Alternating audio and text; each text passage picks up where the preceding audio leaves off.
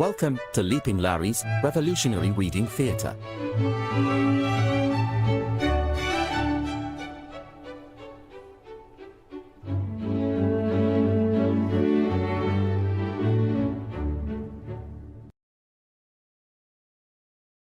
And today, right now, we are continuing on with our read of Foundations of Leninism by Comrade Joseph Stalin. Chapter 2 that we're on, Method.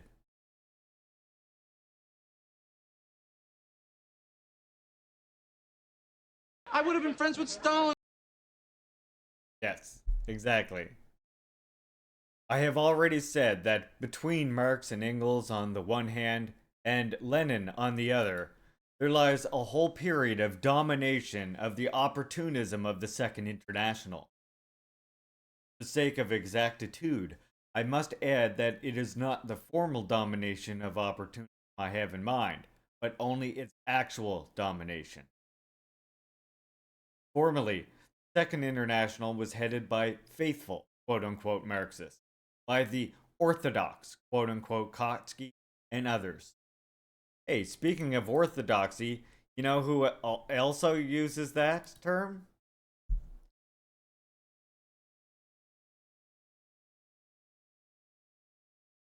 An analysis on why the American left and right are so confused and why orthodox Marxism-Leninism, Marxism/Marxism-Leninism is the solution. If you understand even a single thing about Marxism, you understand what the problem is with saying orthodox Marxism. You know what is even funnier, though? Apparently Noah a year ago understood this, though. Orthodox Marxism is a contradiction in terms. You cannot stay within the Marxist worldview and hold to an orthodoxy. Weird. Wonder what changed in that year. Correct understanding of Marxism and analysis on so confused on why orthodox Marxism-Leninism is the solution. Just a little thing I noticed there. A little thing. They contradict themselves with a light breeze. Yeah. I just thought that was a funny little contradiction they made. Okay, before I continue, actually, let me fill up a drink. We're on an ad break. I love all you subscribers. Thank you for your support. It means a ton to me. I'll be right back for a second. If you want orthodoxy, go to join a church. Exactly, Mark. Exactly.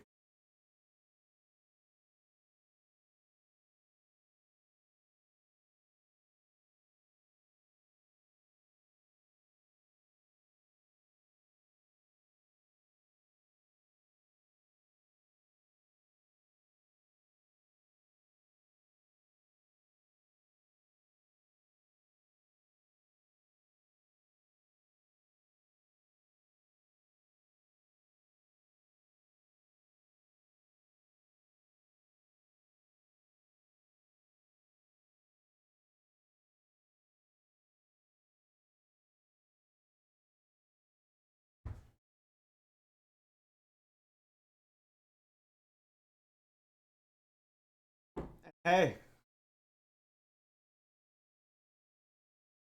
I like you.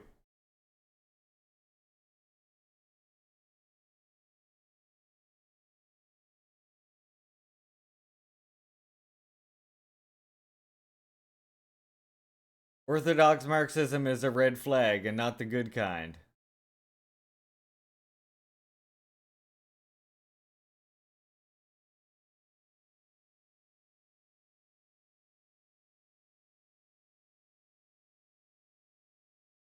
What's this?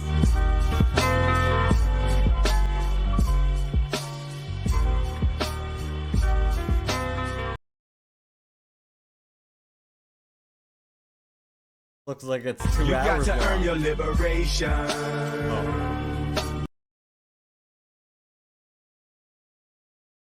From 159.50.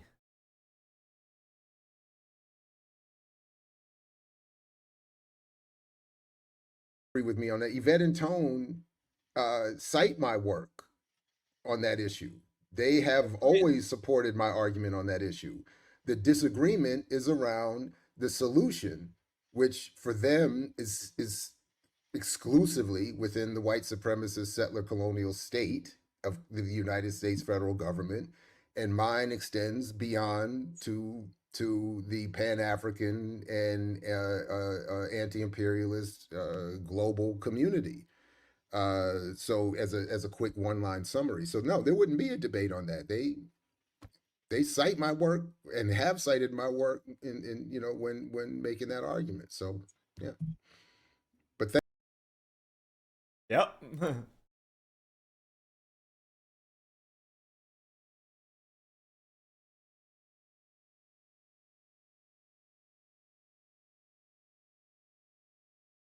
Exactly.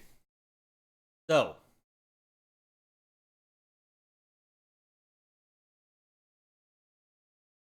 I have already said that between Marx and Engels on the one hand, and Lenin on the other, there lies a whole period of domination of the opportunism of the Second International.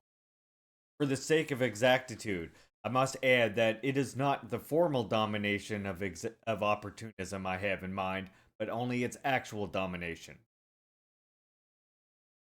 Formally, the Second International was headed by faithful Marxists, by the orthodox Trotsky and others. Actually, however, the main work of the Second International followed the line of opportunism. The opportunists adapted themselves to the bourgeois because of their adaptive petty bourgeois nature. The orthodox, in their turn, adapted themselves to the opportunists in order to preserve unity with them, in the interests of peace within the party. Thus, the link between the policy of the bourgeois and the policy of the orthodox closed, and as a result, opportunism reigned supreme.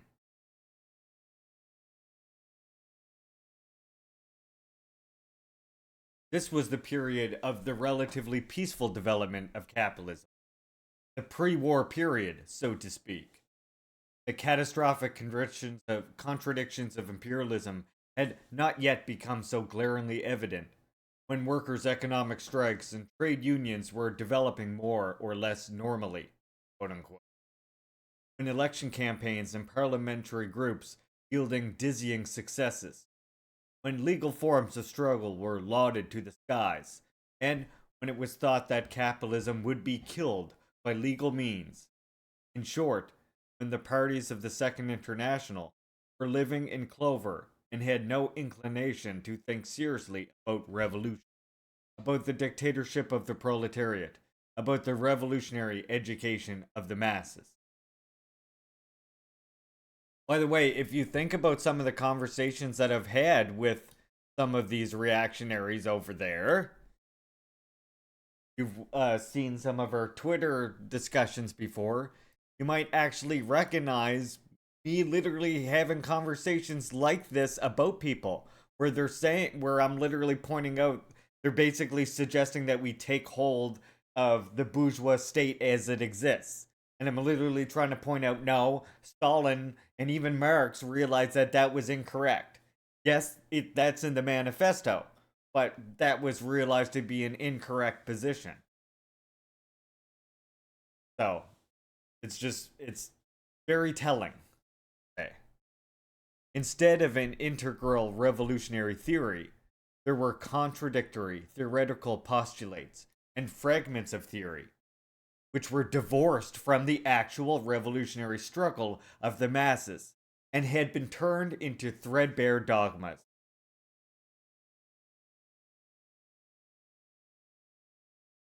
For the sake of appearances, Marx's theory was mentioned, of course, but only to rob it of its living revolutionary spirit.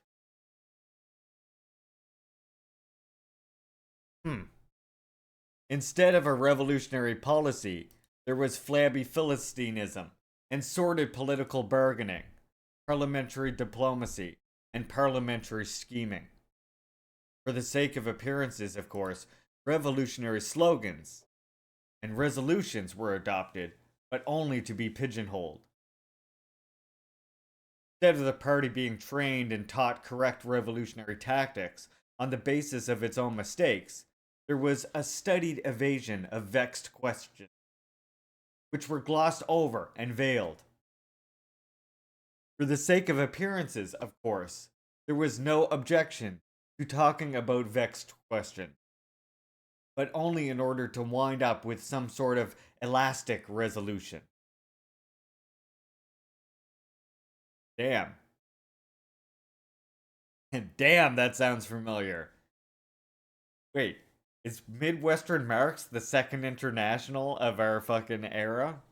Fifth international? Jesus fuck. Such was the physiognomy of the Second International, its methods of work, its arsenal. Meanwhile, the new period of imperialist wars and of revolutionary battles of the proletariat was approaching. The old methods of fighting were proving obviously inadequate and impotent in the face of the omnipotence of finance capital. Became necessary to overhaul the entire activity of the Second International, its entire method of work, and to drive out all Philistinism, narrow-mindedness, political scheming, regency, social chauvinism, social pacifism. Became necessary to examine the entire arsenal of the Second International, throw out all that was rusty and antiquated, to forge new weapons. Though this preliminary work, it was useless embarking upon war against capitalism. Without this work, the proletariat ran the risk of finding itself inadequately armed, or even completely unarmed, in future revolutionary battles. The honor of bringing about this general overhauling and general cleansing of the Augean stables of the Second International fell to Leninism. Such were the conditions under which the method of Leninism was born and hammered out. Just as I point out today, just as today with these modern versions such as Pat Socks and other members of, let's steal their own word from them, other members of the compatible left, right? If we think, this is where I'm constantly pointing out to you that Juche gives you an additional analytical tool. It doesn't contrast Marxism, Leninism. You still study Marxism, Leninism, right? But if you also study Juche, it gives you additional analytical tools for figuring out which of these positions is reactionary, who's being dogmatic, who's being flunkiest, so on and so forth. It gives you the ability to better recognize these trends because just as Leninism arose to combat this opportunism in the Second International, Juche arose to do that in Korea and in conditions fighting against basically the shock waves that were left over from USSR being overthrown. So those two important things allow it to Juche today to give us that analytical tool to overcome modern opportunism. So combine it with your study of Leninism and look at you go. What are the requirements of this method? Firstly, the testing of theoretical dogmas of the Second International in the crucible of the revolutionary struggle of the masses. In the crucible of living practice, that is to say, the restoration of the broken unity between theory and practice, healing of the rift between them, for only in this way can a truly proletarian party armed with revolutionary theory be created.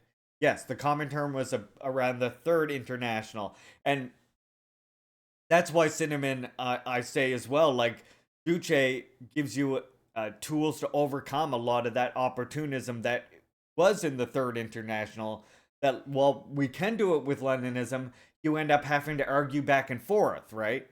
For Juche is like, this is the correct line, basically.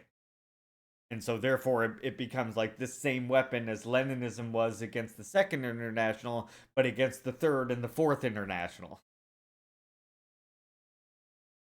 And the Fifth International, with these fucking clowns we have now. who aren't Trotskyists. So I'm not. That's why I say that the Patsocks, they're not Trotskyists by declaration. So they're not the Fourth International. They're the Fifth International. Secondly, the testing of policy, and before I continue, and the thing that the red flag of anything that's being the new international is that, as Juche points out, there's no more need of an international center of revolution, right? Perhaps in the early days of building communism, that was a beneficial thing, but today, in the situation where each country is studying revolutionary theory and creating its own revolutionary theory, there is no need of a new international that guides the revolution in that way. That doesn't mean that fraternal parties don't participate in all kinds of like events and organizations together and talk about their solidarity and their strategy. It just means that there is no international guiding center of the revolution. I mean, even DPRK, as we know, like with the whole place where fundamentals of revolutionary party building emerges, was from a conference given to workers' parties from all over the world by DPRK in 1991, I think it was. So, just important to keep that in mind about international. Because I do sometimes see even well-meaning communists saying, like, what we need is a new international. Yeah, 91 was a bad year, to say the least. Tragic year. Secondly, the testing of the policy of the parties of the Second International. Not by their slogans and resolutions, which cannot be trusted, but by their deeds, by their actions. For only in this way can the confidence of the proletarian masses be won and deserved.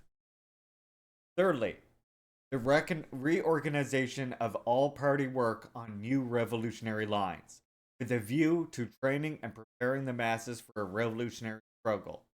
For only this way can the masses be prepared for proletarian revolution. Now, let me ask you something here as well. You think that it would be training and preparing the masses for revolution to tail reactionary ideas that they're indoctrinated by, like MAGA? Does that make sense? Or do you think that we need to work out new revolutionary lines and propagate that to the masses? And, actually prepare them for a revolutionary struggle, including being able to identify bourgeois ideas that are there to disrupt and disorganize us?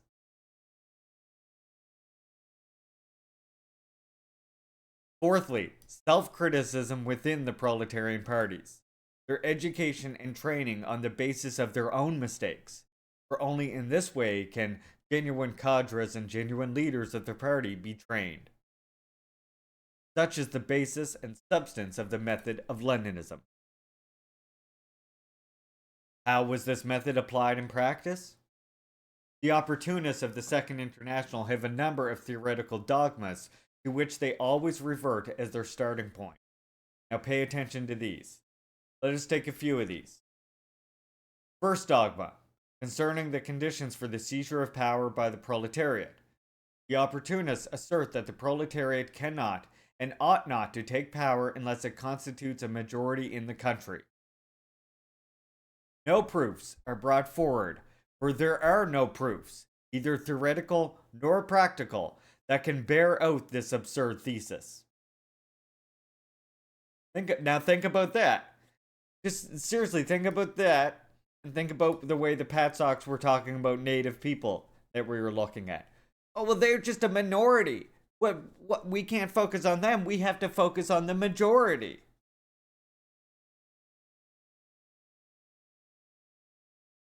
We have to focus on the most revolutionary. And the people will support the most revolutionary because those people are championing the interests of everybody.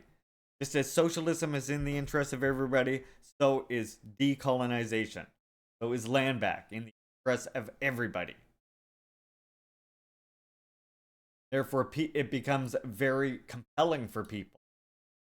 course, there's going to be enormous pushback, enormous struggle.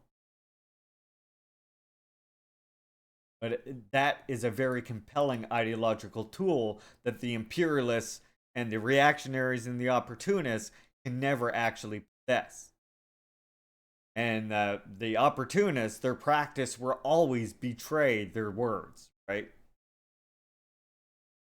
Let us assume that this is so, Lenin replies to the gentlemen of the Second International. But suppose a historical situation has arisen, a war, an agrarian crisis, etc., in which the proletariat, constituting a minority of the population, has an opportunity to rally around itself the vast majority of the laboring masses. Why should it not take power then? Why should the proletariat not take advantage of a favorable international and internal situation, pierce the front of capital, and hasten the general denouement? Did not Marx say, as far back as the 50s of the last century, that things could go splendidly with the proletarian revolution in Germany, were it possible to back it by, so to speak, a second edition of the Peasant War? Is it not a generally known fact that in those days the number of proletarians in Germany was relatively smaller than, for example, in Russia in 1917? Welcome back, Mama. Has not the practical experience of Russian proletarian revolution shown that this favorite dogma of the heroes of the Second International is devoid of all vital significance for the proletariat? Is it not clear that the practical experience of the revolutionary struggle of the masses refute and smashes this obsolete dogma? And by the way, here, well, when we talk about proletarian, right, we think we're talking about the most politically independent revolutionary section of society. Now, let me ask you something. Do you think that we can base that analysis purely off of someone's social class origin? So do you think that we can determine that somebody is part of the revolutionary independent class solely because they work in factory, they work in productive labor? Think that we can determine it solely based on that? Or do you think that we have to actually determine it based on, their practice, their ideology? And we have to test their ideology through practice, right? And this is important because we have to realize that throughout any kind of revolutionary struggle, we can't simply take class origin as the means to determine membership, who's in the proletariat. Well, it's, of course, an important factor that influences people. It's not the only factor. And what this leaves out, of course, is the existence of a labor aristocracy that has been bribed to work against their own interests. Let me show you this quote right here. And this becomes important in socialist society as well, where Kim Jong-il says the main force of revolution in socialist society becomes the revolutionary armed forces. So Kim Jong-il says here, the question of the main force of the revolution cannot remain invariable in any era, society, or revolution, nor is it a question that can be solved only on the basis of class relations. Now, does that negate the existence of working class ideology, the importance of that working class ideology being the leading factor of revolution or anything like this? No. It does not negate the role of the proletariat. It's simply saying that we cannot base our understanding of the membership of the proletariat and who is forwarding the proletarian cause based on their social class origin alone, based on their class relations solely. Unfavorable people can come to serve the revolution, people from unfavorable classes, and people from favorable classes can come to serve the reaction. It sounds silly to say it out loud, right? Like, of course. But we need to say it out loud because apparently people still don't get it, right? Hence, regarding the working class as the main force of the revolution anytime and anywhere is an expression of a dogmatic viewpoint towards the preceding theories, and most importantly, is not even correct by its own principle either. Because, of course, what you're doing then is dogma. You're treating Marxism like an orthodoxy. Therefore, and at that moment, you've literally lost the revolutionary essence of Marxism. You're doing an opportunism. Step back from the opportunism, sir. Okay? Is it not a generally known fact that in those days, the number of proletarians in Germany... I said that part out. Okay. Oh, yeah. I said all this. Didn't I? Or no, I didn't. Has not practical experience of the Russian proletarian revolution shown that this favorite dogma of the heroes of the Second International is devoid of all vital significance for the proletariat? I said smash? Good. Well, I want to say it again. Is it not clear that the practical experience of the revolutionary struggle of the masses refute and smashes this obsolete dogma?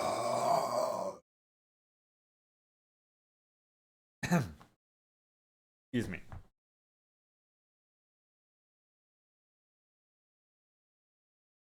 No, don't drink from that jar. It's pure opportunism. Second dogma. The proletariat cannot retain power if it lacks an adequate number of trained cultural and administrative cadres capable of organizing the administration of the country. These cadres must first be trained under capitalist conditions, and only then can power be taken. Let us assume that is so, replies Lenin. But why not turn it this way? First take power, create favorable conditions for the development of the proletariat, and then proceed with 7 league strides to raise the cultural level of the laboring masses and train numerous cadres of leaders and administrators from among the workers. Has not Russian experience shown that the cadres of leaders recruited from the ranks of workers develop 100 times more rapidly and effectually under the rule of the proletariat than under the rule of capital? Well, if you've been with me while we've read Kim Jong-il, you know that indeed, it has been proven many times over. Is it not clear that the practical experience of the revolutionary struggle of the masses ruthlessly smashes this theoretical dogma of the opportunist too? Third dogma. The proletariat cannot accept the method of political general strike because it is unsound in theory, see Engels' criticism, and dangerous in practice. It may disturb the normal course of economic life in the country. It may deplete the coffers of the trade unions, and cannot serve as a substitute for parliamentary forms of struggle, which are the principal form of the class struggle of the proletariat. Very well, replied the Leninists. Very well, replied the Leninists. But firstly, Engels did not criticize every kind of general strike. He only criticized a certain kind of general strike, namely the economic general strike advocated by those anarchists in place of the political struggle of the proletariat. What has this to do with the method of the political general strike? Secondly, where and by whom has it ever been proved that the parliamentary form of struggle is the principal form of struggle of the proletariat? Does not the history of the revolutionary movement show that the parliamentary struggle is only a school for and an auxiliary in organizing the extra parliamentary struggle of the proletariat? So, that under capitalism, the fundamental problems of the working class movement are solved by force, by the direct struggle of the proletarian masses, their general strike, their uprising. Thirdly, who suggested that the method of the political general strike be substituted for parliamentary struggle? Where and when have the supporters of the political general strike sought to substitute extra parliamentary forms of struggle for parliamentary forms. Fourthly, has not the revolution in Russia shown that the political general strike is a highly important school for the proletarian revolution, and an indispensable means of mobilizing and organizing the vast masses of the proletariat on the eve of storming the citadels of capitalism? Why then the Philistine lamentations over the disturbance of the normal course of economic life, and over the coffers of the trade unions? Is it not clear that the practical experience of the revolutionary struggle matches this dogma of the opportunist too? And so on and so forth. This is why Lenin said that, quote, revolutionary theory is not a dogma, that it assumes final shape only in close connection with the practical activity of a truly mass and truly revolutionary movement. Left-wing communism. Oh, that work that Rayner tried to cite would somehow support any of the conclusions of today's opportunists. We should have had a smash counter. For theory must serve practice. For theory must answer the questions raised by practice.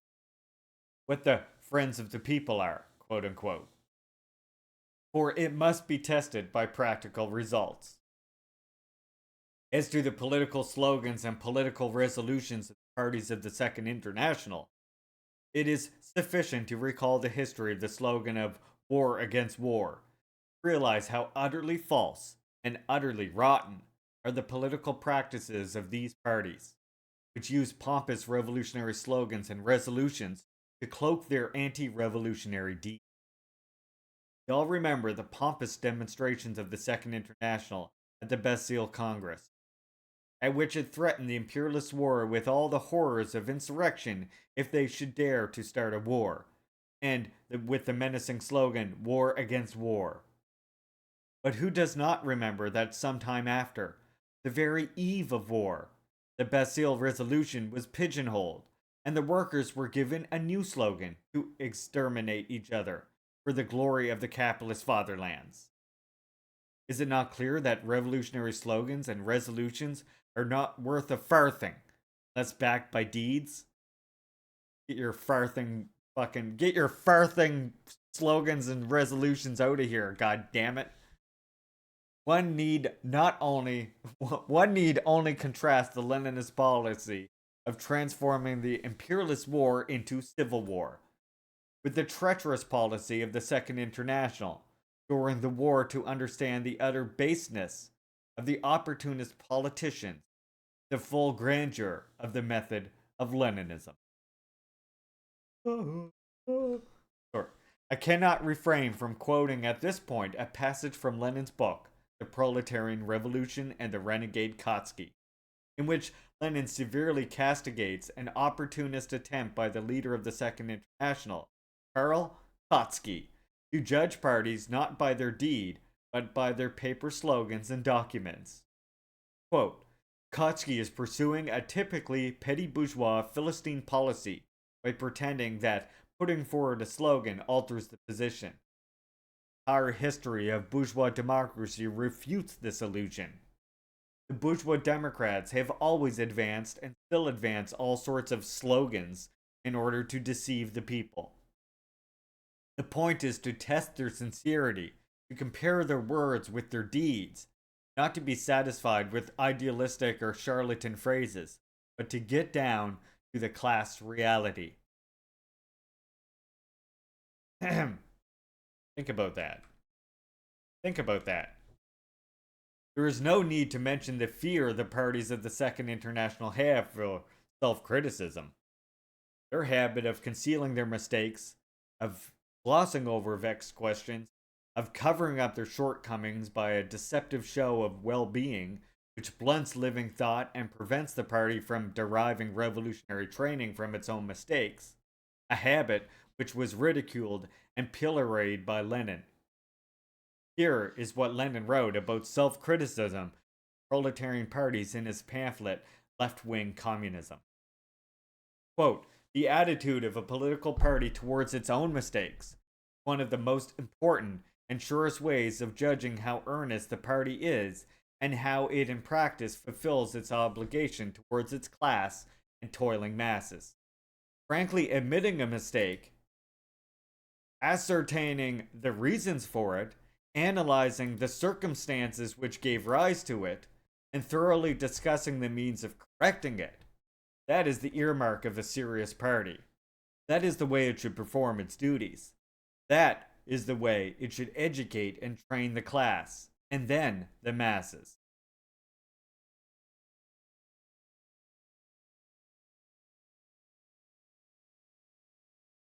So, in other words, not like this. In other words, not like this. When someone makes a criticism of you not putting in your analysis of the history of America, your analysis of the history of America, the development of America, simply me pointing out that the only mention of native people or settler colonialism was this line. We cannot simply ignore this with dismissal terms like illegitimate settlers or anything else. That is the only line in their analysis of America that even mentions settlers or native, or even like hints towards native people or settler colonialism, the US. Just to call settlers a dismissive term. The only time it's used is analytical history of America.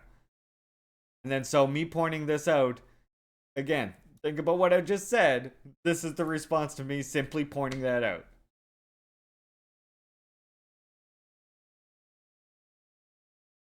The attitude of a political party towards its own mistakes. And when you're the representative and you're on the board of directors or whatever the fuck they call it. What do they call it?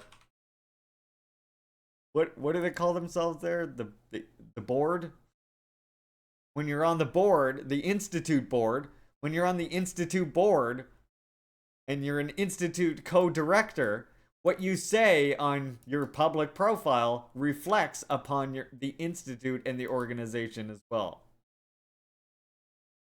Some say that the exposure of its own mistakes and self-criticism are dangerous for the party because they may be used by the enemy against the party of the proletariat. Lenin regarded such objections as trivial and entirely wrong. Remember how he also... I'm sorry, but I'm also just remembering how he also... Remember how he also then later on posted about how at a time when we're pointing out opportunism, we should not be talking about opportunism. We should be talking about only the enemies. Sound familiar?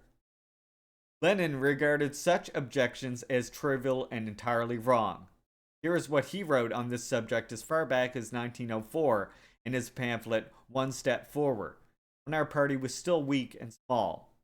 Quote, they, i.e. the opportunists and Marxists, gloat and grimace over our controversies.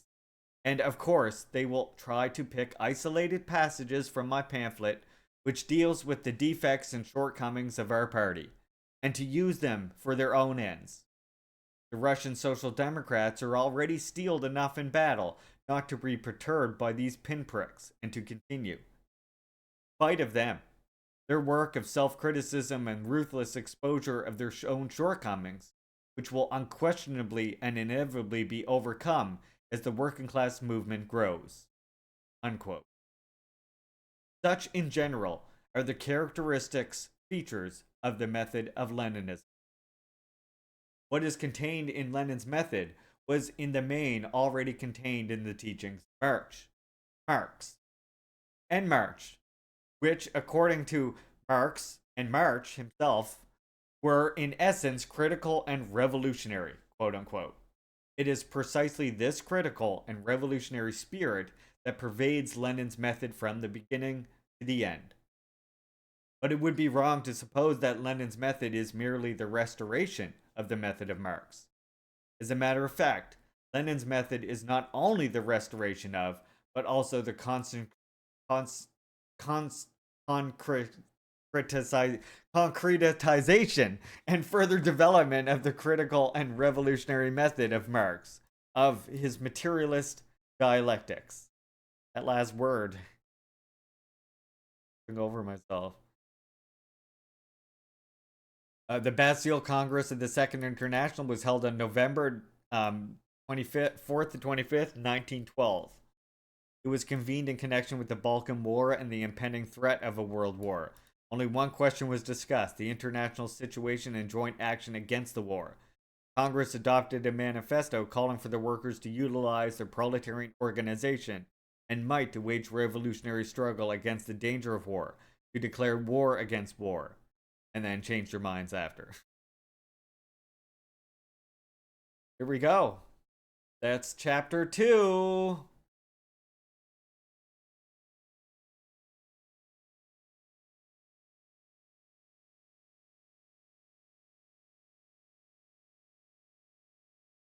Chapter 2 complete. So next time we read, we will be on chapter 3, theory. This will be a much longer chapter. This is on the theory of